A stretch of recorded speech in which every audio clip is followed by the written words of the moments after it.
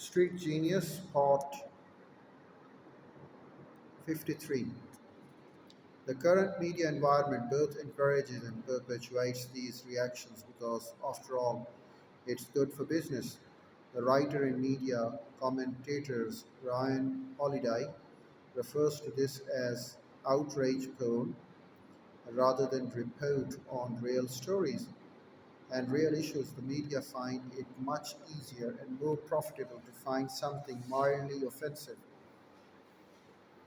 broadcast it to the wide audience, generate outrage, and then broadcast that outrage back across the population in a way that outrages yet another part of the population.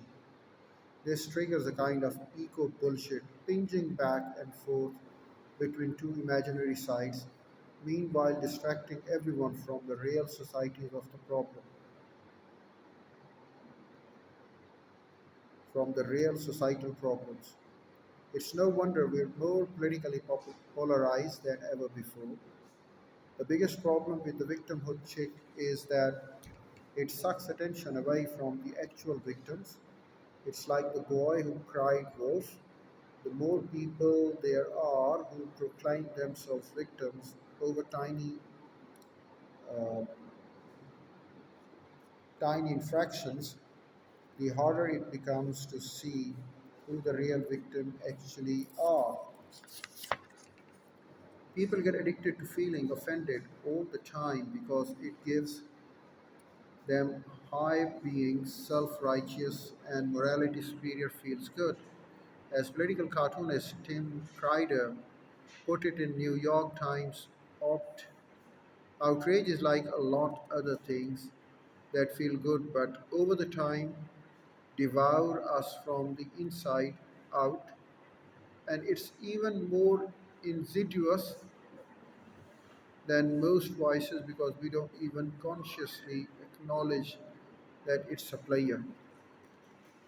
But part of living a democracy and a free society is that we all have to deal with views and people we don't necessarily like. That's simply the price we pay. You could even say it's the whole point of system, and it seems more and more people are forgetting that.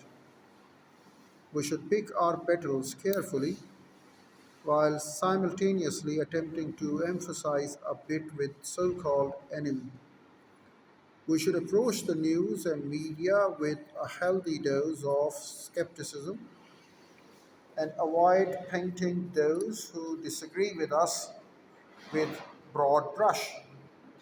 We should prioritize the value of being honest, fostering transparency, and welcoming doubts over the values of being right, feeling good, and getting revenge. These democratic values are harder to maintain amidst the constant noise of the networked world. But we must accept the responsibility and nurture them regardless. The future stability of our political system may depend on it. There is no how, there is no how. A lot of people might hear all this and then say something like, okay, but how? I get my values suck and that I avoid responsibility for all of my problem and that I'm an entitled little shit who thinks the world should revolve around me and every inconvenience I experience. But how do I change it? And to this I say in my best Yoda impersonation, do or do not. There is no how. You are already choosing in every moment of every day what to give a fuck about. So change is as simple as choosing to give a fuck about something else. It really is that simple. It is just not easy. It is not easy because you're going to feel like a loser, a fraud,